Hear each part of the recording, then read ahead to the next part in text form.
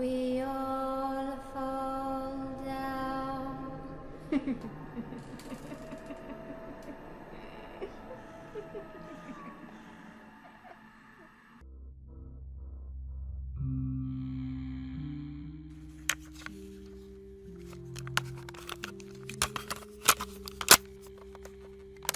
Bonjour à toi mon successeur, bienvenue dans l'une des plus anciennes imprimeries de France. Pas la plus vieille, mais facilement dans le top 10. Comme tu dois le savoir, tu es là car cet endroit avait été très longtemps abandonné et oublié du grand public. Cela ne fait que quelques mois qu'il a été retrouvé par le plus grand des hasards durant une urbex. C'était une jeune femme qui visitait le bâtiment et qui en découvrant toutes les richesses à l'intérieur. Pas le meublier, celui-ci était complètement pourri. Mais je parle des anciennes machines. Les très anciennes machines. Quand elle a découvert ce trésor, enfin redécouvert ce trésor, elle s'est empressée de faire part de sa découverte à la mairie. Et celle-ci étant devenue propriétaire des lieux, a fait expertiser toutes les machines. Et elles valent une véritable, mais une colossale fortune. La mairie n'ayant pas beaucoup de budget, a donc sauté sur l'occasion et a décidé de les vendre plus offrant. Il a fallu un très long moment pour les ventes aux enchères. Mais ça y est, c'est terminé. Moi, je suis resté un très court moment ici. Juste le temps de poser quelques règles ici et là, faire le tour du propriétaire et m'assurer bien sûr que les machines n'étaient pas volées ou endommagées pendant la nuit. C'est d'ailleurs ça ton principal rôle ici. Tu dois impérativement surveiller ces machines. Combien valent-elles exactement ? Je préfère pas te le dire, mais disons que ton salaire, et le mien aussi, ne serait pas assez élevé pour les rembourser. Même si toi et moi, on travaillait pendant plusieurs dizaines d'années, on n'arriverait vraiment, mais vraiment pas à les rembourser. Mais bon, je ne suis pas là pour parler affaires, je suis là pour te prévenir. Car cet endroit a de très tristes passés, des secrets extrêmement lourds. Et c'est pour ça qu'il avait fermé à la base. C'était pour tout cacher, tout enterrer. Mais malheureusement, lorsque ce genre de lieu est redécouvert, ses squelettes dans le placard aussi. Et il en a un bon paquet, crois-moi. Est-ce que tu crois aux fantômes ? Non ? C'est bien dommage, parce qu'à partir de ce soir, tu vas y croire. Crois-moi, ça sera inévitable. Tu as dû trouver une petite liste de règles que je t'ai préparée. Prends-la et nous allons la lire ensemble. Tu es prêt ? Règle numéro 1. Tu ne dois jamais déranger les travailleurs sur les machines. Oui, je sais, c'est contradictoire. Je t'ai dit que tu devais surveiller ces machines, alors personne ne doit y toucher. Mais ce ne sont pas des personnes. Comment t'expliquer ça ? Si tu n'y crois pas, c'est vrai que ça va pas être facile. Disons que ce sont des anciens employés qui sont encore là et qui travaillent inlassablement sur ces machines. Mais non, je te l'ai dit, cet endroit est hanté. Ce sont des fantômes, esprits, appelle-les comme tu veux. Mais ce sont simplement d'anciens employés qui ici étaient payés une misère et qui n'ont pas le choix. Ils doivent travailler, ils doivent faire des heures supplémentaires. Ils ont une famille à nourrir. Alors ils ont travaillé, quitte à s'en ruiner la santé, mais ils ne décrochaient jamais de leur poste. Et beaucoup ici y ont laissé leur santé. Il y a eux bien sûr, mais suis les autres règles et tu verras qu'il y en a encore beaucoup plus. Règle numéro 2, et celle-ci sera sûrement la plus sympathique.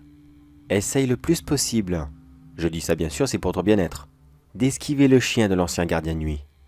Non, pas celui qui était juste avant moi, je te parle d'un gardien de nuit qui était là, à l'époque où l'imprimerie fonctionnait encore. Qu'est-ce qu'il y a de spécial avec ce chien ? Oh, rien du tout. Il n'est pas méchant, c'est un genre de Doberman. C'est vrai, ce sont des chiens très impressionnants. Mais sache que pour le côté très rétro, l'uniforme que tu portes actuellement est exactement le même que celui qu'avait son maître. Il va sûrement croire que tu es lui, alors s'il te voit, il va te coller toute la soirée et tu auras énormément de mal à le faire partir. Mais en plus, si tu es un ami des animaux, tu n'auras peut-être pas envie de le voir partir. Mais il le faut bien, car au bout de quelques heures, il finira par disparaître. Où est-ce qu'il va, ça ? Je ne sais pas. Même si j'ai déjà rencontré énormément de fantômes, je ne suis pas sûr à 100% de ce qu'il y a après la mort. Alors tu as compris le danger ? Ce n'est pas pour lui que tout cela est dangereux. Lui, il est déjà mort, il ne craint plus rien. Non, c'est surtout pour toi car Si tu t'attaches à ce chien, malheureusement, il ne pourra pas rentrer chez toi le soir. Il devra rester ici et il restera avec toi uniquement 3 petites heures. Crois-moi que ça peut faire extrêmement mal quand on s'attache à un animal et que celui-ci est obligé de partir tous les soirs, car malheureusement il est déjà parti définitivement. Alors ne t'attache pas à lui, sinon tu risques de souffrir. Règle numéro 3. Durant ta petite visite de nuit, tu passeras très certainement devant le bureau du directeur. Et oui, il sera là dans son bureau. Bon, après, c'était quel directeur, ça, je ne sais pas exactement. L'imprimerie a fonctionné si longtemps qu'une trentaine de directeurs ont occupé le poste. Alors, c'était lequel exactement? Il faudrait lui demander. Mais il sera tellement pris dans ses dossiers qu'il ne te regardera pas du tout. Mais ce n'est pas lui le danger. La règle est la suivante. Tu ne dois surtout pas parler à la secrétaire. Elle aussi, elle sera là. Mais crois-moi que elle va faire extrêmement attention à ce que tu fais. À ses yeux, tu ne seras qu'un gardien de nuit.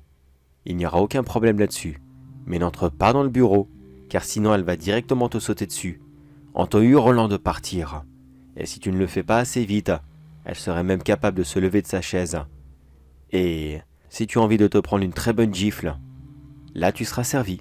Après, si tu ne crois toujours pas aux fantômes, peut-être que cette gifle en question va t'aider à faire rentrer l'information. Peut-être. Après, je ne te souhaite pas non plus de te faire du mal, sauf si tu es sadomaso. Dans tous les cas, chacun son délire. Ça ne me concerne pas, mais passons.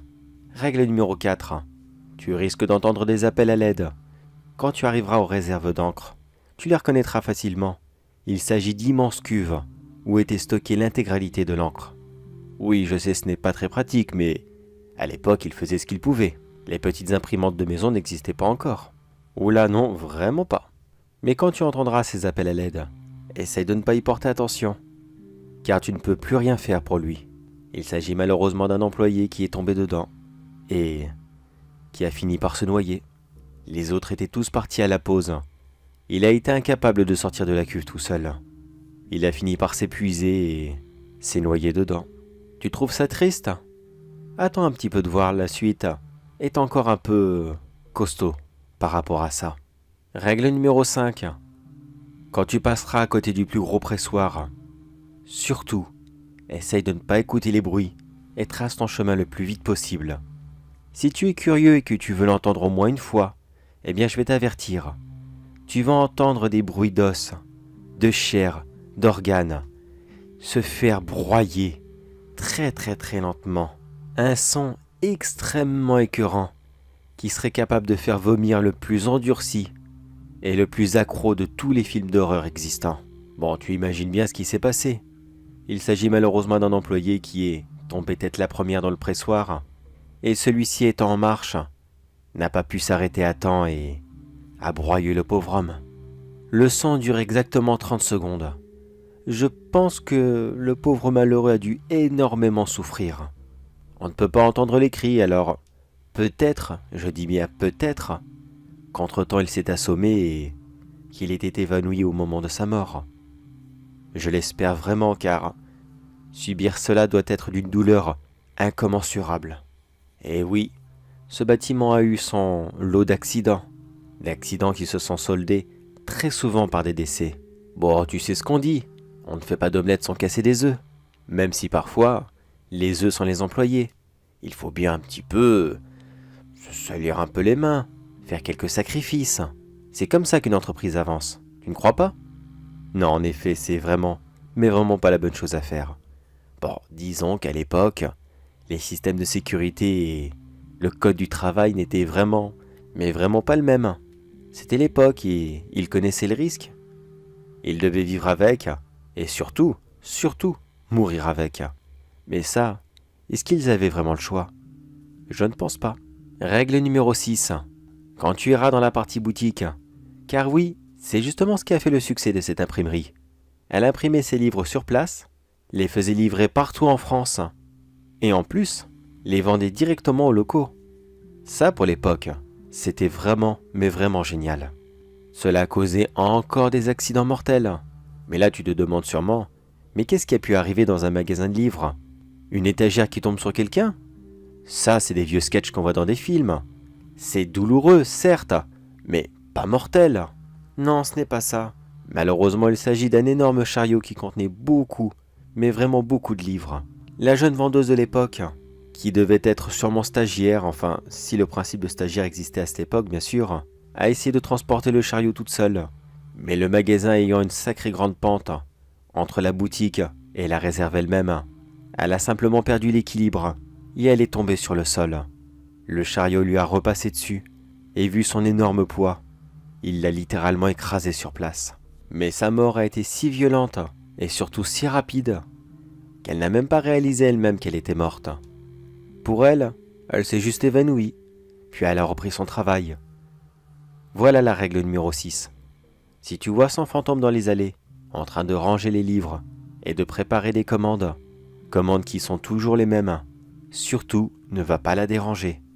Est-ce que tu as déjà vu le fantôme de la bibliothécaire dans SOS Fantôme? Tu sais ce qui arrive quand ils vont lui parler? Eh bien, c'est à peu près pareil. Bon, elle ne va pas se transformer en immense monstre, je te rassure. Nous ne sommes pas dans un film. Mais elle aura elle aussi son petit caractère. Alors laisse-la travailler tranquillement, et tout ira bien. N'oublie pas qu'à ses yeux, tu es encore le gardien de nuit. Elle est censée te connaître. C'est vraiment le top finalement d'avoir le même uniforme.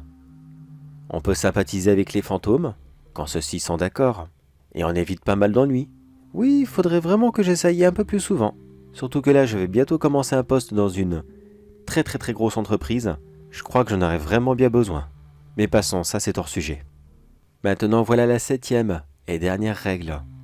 Quand tu passeras dans la salle de repos des employés, tu y verras quelqu'un qui sera assis seul à table. Tu pourras aller le voir pour lui parler. Demande-lui qu'est-ce qui ne va pas. Crois-moi que son histoire est extrêmement intéressante, car le pauvre homme avait beaucoup de soucis financiers. Sa femme l'avait quitté, il ne voyait plus ses enfants, et il devait donner une très grosse somme d'argent à la fin de chaque mois, comme portion alimentaire. Alors travailler dans cette imprimerie tous les jours lui a donné quelques mauvaises idées qui auraient pu lui coûter extrêmement cher. Il a commencé à utiliser l'une des machines qui ne servait jamais, afin de s'imprimer son propre argent et pouvoir se sortir de ses dettes. Oui, c'est ce qu'on appelle être un faussaire. Et il a comme cela imprimé une très grosse quantité d'argent. Et malheureusement, tu t'en doutes bien, qu'au bout d'un moment, cela allait se remarquer. Et il le savait. Tel que tu le vois, il doit se rendre dans le bureau du directeur dans quelques minutes, car celui-ci veut lui parler de cette affaire en face à face. Mais il n'a absolument pas envie de le rencontrer. Car premièrement, il sait qu'il va être viré. Et deuxièmement, il va soit finir en prison, ou soit devoir rembourser une somme astronomique, qu'il n'a pas bien sûr. Alors en plein milieu de votre conversation, il sortira de nulle part un couteau, et devant toi il se tranchera les veines du cou, tombant lourdement sur le sol, et se vidant lentement de son sang. Il n'appellera pas à l'aide, il ne criera pas, il ne fera pas le moindre bruit. Il fera tout pour être le plus discret que possible, et que personne ne vienne le sauver, pour être sûr d'échapper à sa punition, et à sa vie qui est devenue un véritable enfer. Désolé, mais je te rappelle que tu ne peux plus rien faire toi non plus. Il est déjà mort. Tu pourras peut-être le toucher, mais tu ne pourras pratiquer aucun premier soin. Tu le reverras presque tous les soirs. En tout cas, moi, c'est ce qui m'est arrivé. Presque tous les soirs. Je l'ai croisé, j'ai discuté 10 minutes avec lui, et il s'est donné la mort devant moi. Oui, je peux t'assurer que comme spectacle du soir, c'est le genre de truc qu'on se passerait bien, mais tant pis, c'est la seule distraction qu'il y a ici. Bon, eh bien écoute, ça y est, on a fait le tour des règles. Après, comme je te l'ai dit, je ne suis pas resté très longtemps ici. J'avais une autre entreprise qui avait besoin de moi. D'ailleurs, je commence dès demain. J'espère que ça va bien se passer. Si tu découvres des nouvelles choses, n'hésite pas à rajouter plus de règles. Ça te sera sûrement très utile. Et aussi, à ton successeur. Il faut penser à tout le monde. Mais entre toi et moi, ne t'attache pas trop longtemps à ce poste. Ils t'ont promis un CDI, mais je suis sûr à 300% que quand les machines seront vendues, ce bâtiment n'intéressera plus personne et tu seras licencié, laissant ainsi les fantômes de ce lieu appartenir au passé et que plus personne ne vienne les déranger. Bon allez, amuse-toi bien dans ton nouveau travail. Je sais qu'il va être dur, je sais qu'il va être long, écœurant, fastidieux et peut-être très angoissant parfois, surtout si tu découvres des nouvelles choses. Mais crois-moi que ici dans ces murs, plus jamais de toutes tes nuits, tu ne t'ennuieras à ton travail.